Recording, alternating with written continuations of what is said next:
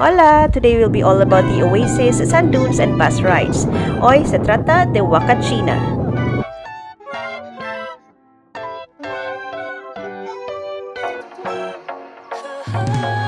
Picking up where we left off from the previous episode, from Lima we'll be riding a bus to Ica via Cruz del Sur. In the initial phase of planning, we were looking at Peru Hop, which is perfect because it will bring you to the must-visit spots in Peru. However, given the limited time that we have, it was not the best option for us to take.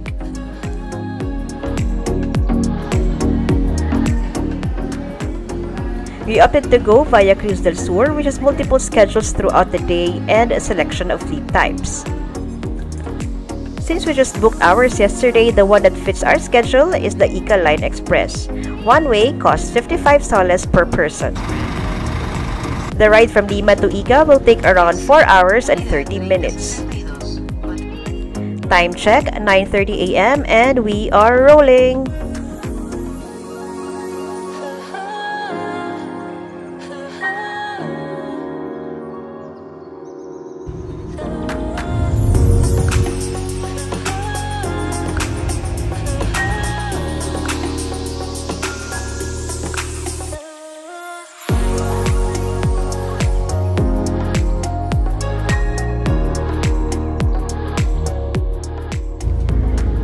At around 2:12, we have reached Ica Terminal. There's no Uber in Ica, but there are taxis with official rates from the terminal. To Huacachina, it costs 20 soles.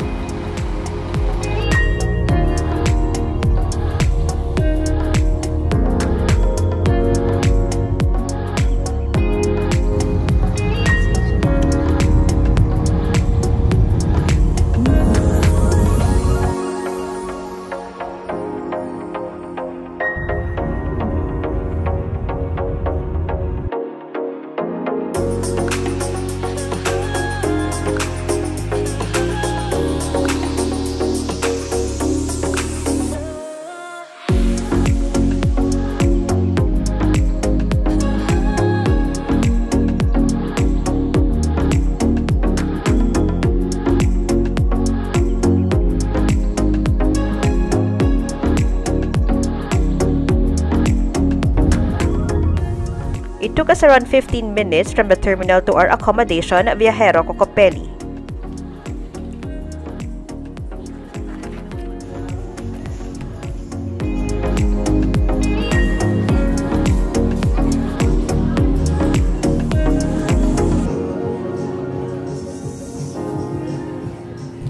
After checking in and booking our Dune Buggy for the next day, time for a room tour before we mess it up. We will be staying here for a couple of nights.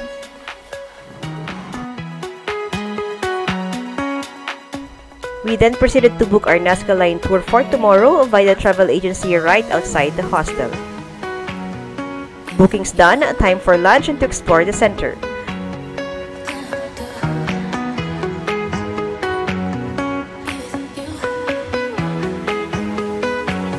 We wanted to have Peruvian food for lunch, so we ended up here.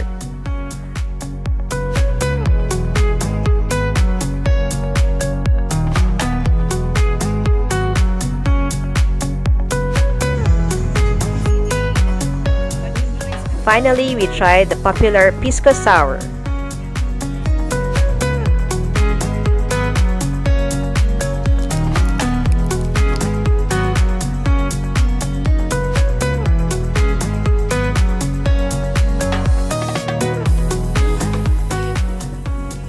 After late lunch, we decided to walk around the Oasis. The Huacachina Oasis is the only natural oasis in South America. Huacachina is the home to the biggest sand dunes in the continent. How to get here? There are no flights to Huacachina. Only Peru Hop has a direct stop to it. The rest stops at Ica. To access the main sand dunes, you have to purchase a ticket for 3 soles and 60 cents.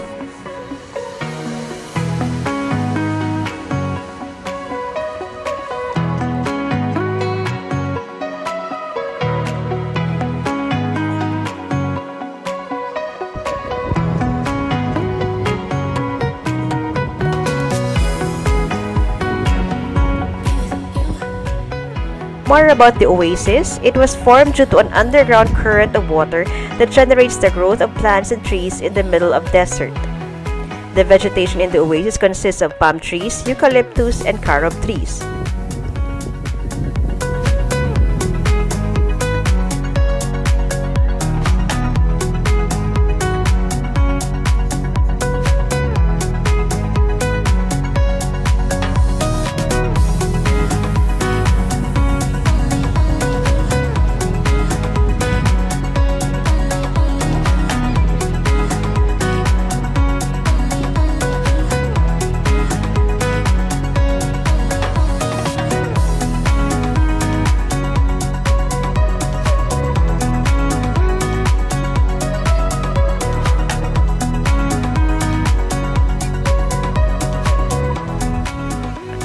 We then explored the market area that sells souvenirs and went around the Oasis, where you'll find stores, restaurants, and some accommodations.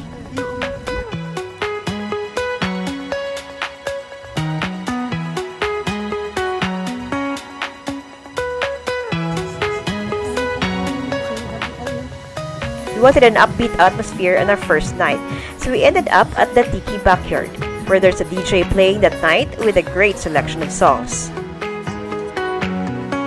The vibe in this place was hip and fun.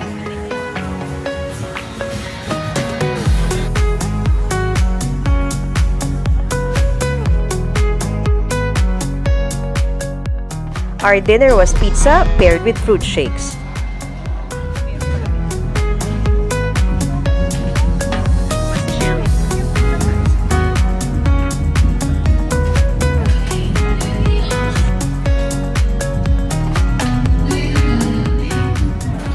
Back at our accommodation, it turned out that there was a wee dancing competition that night. It was fun seeing them dance with gusto until the early morning, and we are not complaining. If we weren't exhausted, we might have hung out a bit too.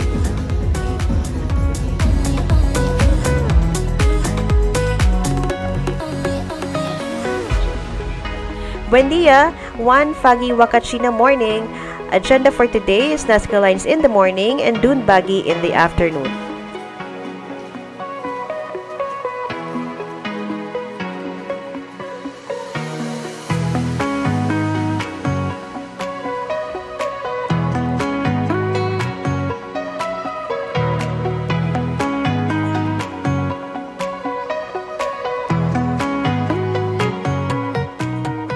Nazca Line will have a video of its own, so we are fast forwarding to the afternoon.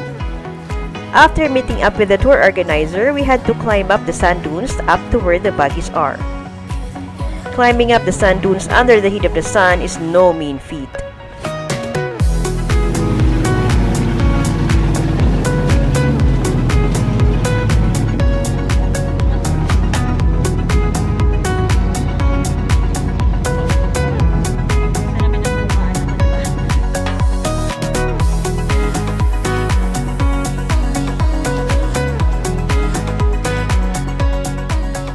We are now seated in the buggy and all buckled up. Let the buggy ride begin.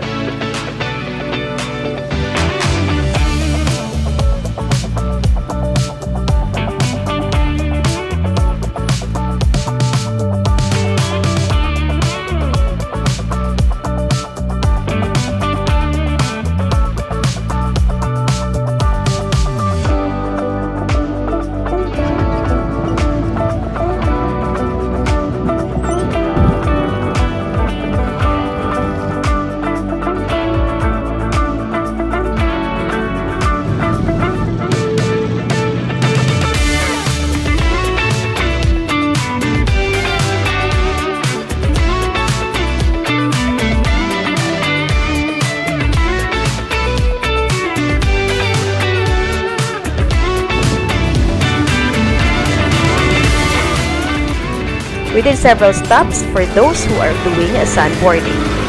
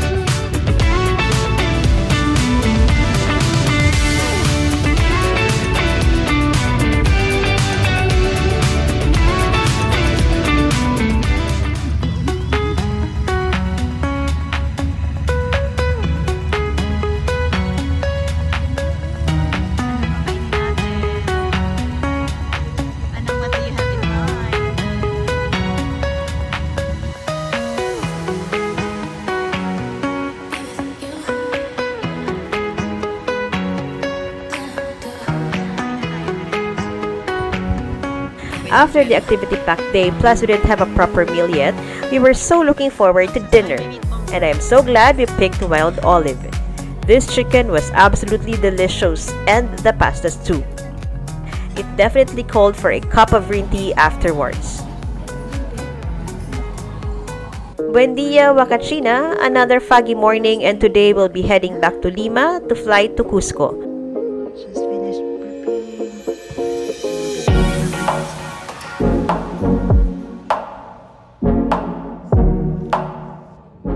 But first, a peek at the Oasis in the morning and breakfast.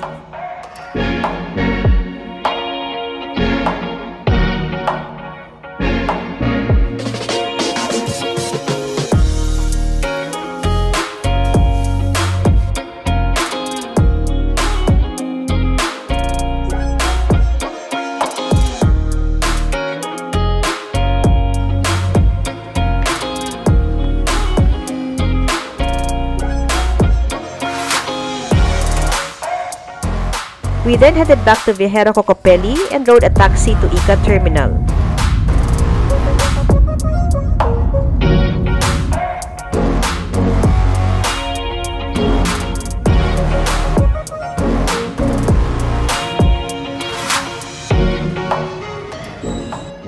This time, we'll be riding their Cruzeiro Evolution fleet, which costs 70 soles per person. It has a toilet inside, a second floor, more legroom, individual TV, and comfier seats.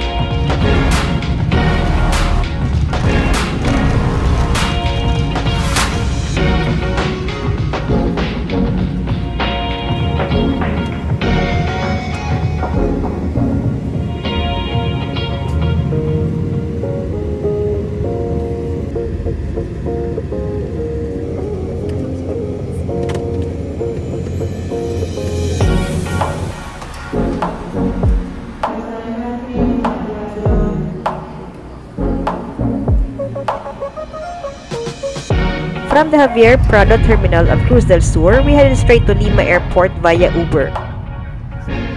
One thing that I like in Peru, their Uber has an Uber XL option, perfect for our group of 3, with 3 luggage and our hand carries.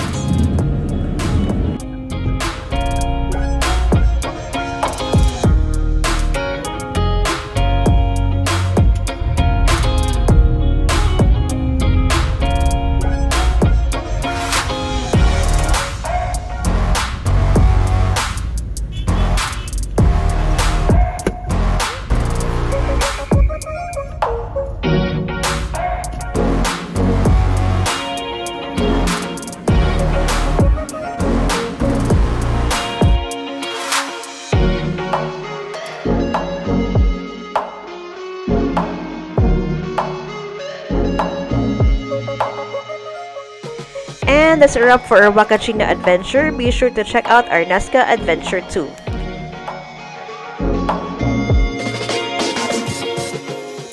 Thank you for watching and join us next time for our next stop, still in Peru, Cusco.